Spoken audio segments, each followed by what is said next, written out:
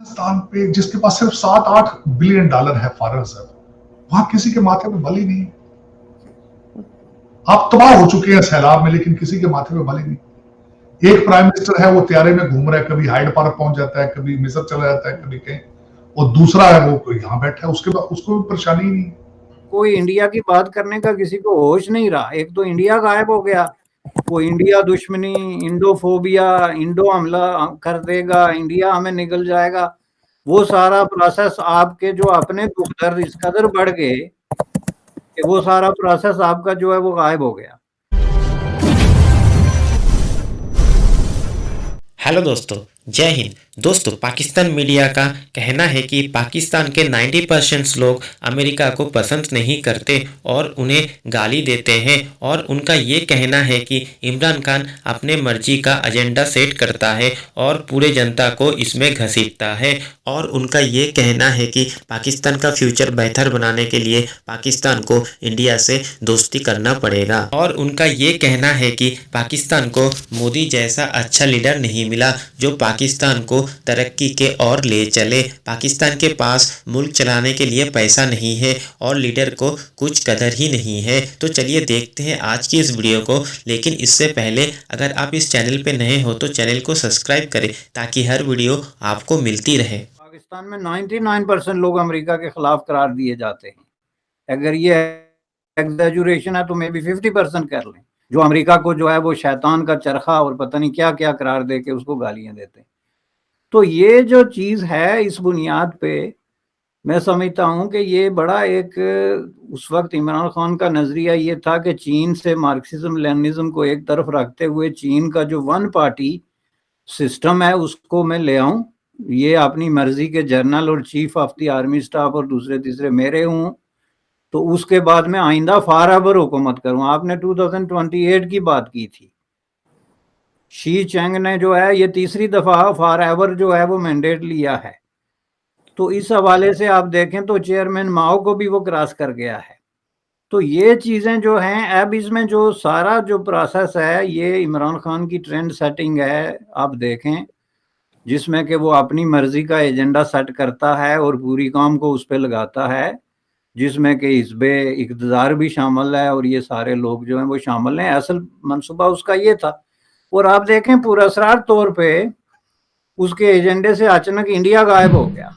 पहले वो हर तकरीर में जो है वो इंडिया को लेके आता था, वो जी आरएसएस आ गई, वो जनाब मोदी साहब ने ये कर दिया, फलां कर दिया। अब आप देखें कि उसने इस ट्रेंड को किस तरीके से चेंज कर दिया। अब कोई इंडिया की बात करने का किसी को होश नहीं रहा। एक तो इंडिया गायब हो गया, वो इंडिया दुश्मनी, इंडोफोबिया, इंडो हमला कर देगा, इंडिया हमें निगल जाएगा, वो सारा प्रोसेस आपके जो अपने दुख दर्द इस कदर बढ़ गए कि वो सारा प्रोसेस आपका जो है वो गायब हो गया। उसके साथ साथ पाकिस्तान के लोगों के असल मसाइल भी गायब हो गए। मैं समझता हूँ कि पाकिस्तान के दो बड़े मसले थे और हैं। एक ये कि how to deal with India, India के साथ आप दोस्ती करते हैं या दुश्मनी करते हैं, ये आपके फ्यूचर का टर्निंग पॉइंट है और ये आपके फ्यूचर को तय करेगा। अगर आप इंडिया से दुश्मनी और ये कॉन्फ्लिक्ट की सिचुएशन रखते हैं, आपका कोई फ्यूचर नहीं है इंडियन सब कॉन्टिनेंट में या साउथ एशिया में और दुनिया में फॉर दैट पर्पस। और इसी तरह अगर आप लोगों के असल मसाइल को इग्नोर करते हैं, जो गुर्बत है, बेरोजगारी है, एक क्रम्बलिंग किस्म का जो है जस्टिस सिस्टम है, करप्शन है, मुनाफकत है, यू नेम इट, तो उस सब को आप अंडर द कारपेट डाल के, तो आपका नंबर वन मसला ये है कि हमारा आर्मी चीफ कौन होगा, तो फिर ये आपके खुदा ही हाफिज है। और ये ट्रेंड सेटिंग है जो बड़ी डेलिब्रेटली और केयरफुली जो है वो सेट की जा रही है और उसके पीछे काम को लगाया जा रहा है, जिसके लिए आपके गुज़श्ता 70 साल ज़ाया हो गए और उसमें आइंदा 20-30 साल जब दुनिया ये देख रही है जी कि 2050 में दुनिया कहाँ पे पहुंच रही है, तो आप सोच रहेंगे कि 2050 में आईएसआई चीफ, वो जो आर्मी चीफ, तो आईएसआई चीफ तो दूर की बात है, आप कहेंगे थानेदार कौन होगा। आप इस बात पे लड़ रहे होंगे कि मुल्क के पुलिस स्टेशनों का थानेदार का इलेक्शन हो और हम उसको वोट दें। तो ये हालत है जो आपके पॉलिटिशियंस हैं, पॉलिटिकल पार्टीज हैं, उनके अंदर जो एक गिरावट आ रही है अखलाकी और आइडियोलॉजिकल। मैं समझता हूँ कि ये उसकी निशानी है और इसको अगर कंट्रोल ना किया गया तो इसका कोई हल नहीं निकलेगा, बल्कि क्राइसिस इतने गहरे हो जाएंगे कि ये मुल्क की एग्जिस्टेंस जो है ऑन क्वेश्चन आएगी। सर, जब इमरान खान प्राइम मिनिस्टर थे, उन्होंने इंडियन प्राइम मिनिस्टर के बारे में जिस किस्म की बातें की, जैसे स्टेटमेंट्स दिए, वो भी हमारे सामने है। वो बुरा भला वो कहते रहे, ट्रेड भी बंद कर दी और उन्होंने हर तरह की बात की। अब हर 2 दिन के बाद उनका प्यार जाग जाता है। वो कहते हैं कि इंडिया से बेहतर उन्होंने मुल्क ही कोई नहीं देखा। कहते हैं जी मोदी साहब की बात प्रॉपर्टियां का, और मोदी साहब के बच्चे लंदन पढ़ रहे हैं यार। मोदी साहब के, मेरा मकसद उनकी कुछ 6 बीवियां हैं उनकी। मोदी साहब को ड्रामा कर रहे हैं यार, कैसी बात। आज उनके जयशंकर की तारीफें शुरू कर देते हैं ये तो। लेकिन जब हुकूमत में थे तो उस वक्त इनके नारे देखे, कौम का गद्दार है जो मोदी का यार है। देखे आज कितना कंट्राडिक्शन है, देखे उस पर नवाज शरीफ को कहते थे कि मोदी का यार है क्योंकि वो उनकी बच्ची की शादी पर आए थे वो। लेकिन ये बस यही तो मैं कह रहा हूं ना, आपकी बदनसीबी पाकिस्तान की है कि मुखलस लीडरशिप नहीं मिली। लेकिन फिर मैं वो सोचता हूं कि अगर लीडरशिप, लेकिन लीडरशिप भी तो पाकिस्तान में से ही आती है ना। तो पाकिस्तान के जब आज मैं मिसाल आपको छोटी सी देता हूं आपको, आपके पड़ोस में, बल्कि आरजू एक इतना बड़ा आज वाकया हुआ है कि आप उस वाकया में आज आपको सुनाता हूं, उसके बाद आप प्रेडिक्ट कीजिएगा कि पाकिस्तान का फ्यूचर क्या है। आपके फैजाबाद जो लोग खड़े हैं इस वक्त पीटीआई के, उनको रोकने के लिए सिंध की पुलिस को बुलाया गया है।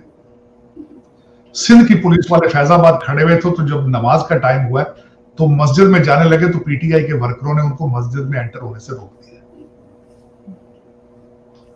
किस लिए? सिंध से आए? आप सिंध से आए, आप पीटीआई के नहीं हैं। अच्छा, अब ये सोचे कि आपकी ज़हनी तरबियत आपकी कौम की क्या हो चुकी है, आपका फ्यूचर अब क्या है। बिल्कुल, इसका मतलब है कि अगर कोई सिंध से आएगा तो वो पीटीआई का नहीं होगा। पीटीआई सिर्फ इधर की ही जमात है, ये बताना चाह रहे हैं ये लोग। इसका मतलब ये है कि अगर आप पीटीआई के नहीं है तो आप मुसलमान ही नहीं। मैं पहले भी सर लास्ट में मैं सिर्फ ये पूछना चाहूंगी, कुछ लोगों का ये भी कहना है जो जर्नलिस्ट वगैरह हैं कि इनको 10 दिन के लिए जेल में डाल दिया जाए तो इमरान खान को, तो ये ठीक हो पाएंगे, क्योंकि अभी तक ये गए नहीं है कभी जेल। दर हकीकत ये जो आप फरमा रही हैं बहुत अरसा पहले होना चाहिए था। It's too late. और मैंने पहले भी कहा है कि मैं उसी इदारे को ब्लेम करूंगा जिसने ये प्रोजेक्ट लॉन्च किया था। लेकिन आज आप देखें कि कितना दुनिया में उन्होंने इस इदारे को की साख को तबाह कर दिया। बल्कि आज और मेरी सबसे ज्यादा परेशानी इस बात की है आरजू, सारी दुनिया परेशान है एनर्जी क्राइसिस पे, इन्फ्लेशन पे, लेकिन पाकिस्तान पे जिसके पास सिर्फ 7-8 बिलियन डॉलर है फॉरेन रिजर्व, वहां किसी के माथे पे बल ही नहीं। आप तबाह हो चुके हैं सैलाब में, लेकिन किसी के माथे पे बल ही नहीं। एक प्राइम मिनिस्टर है वो त्यारे में घूम रहा है, कभी हाइड पार्क पहुंच जाता है, कभी मिस्र चला जाता है, कभी कहीं, और दूसरा है वो यहां बैठा है, उसके बाद उसको भी परेशानी ही नहीं। दोस्तों आज की इस वीडियो में फिलहाल इतना ही। अगर आपको ये वीडियो पसंद आया तो वीडियो को ज़्यादा से ज़्यादा शेयर करें और ताज न्यूज़ चैनल को सब्सक्राइब करें।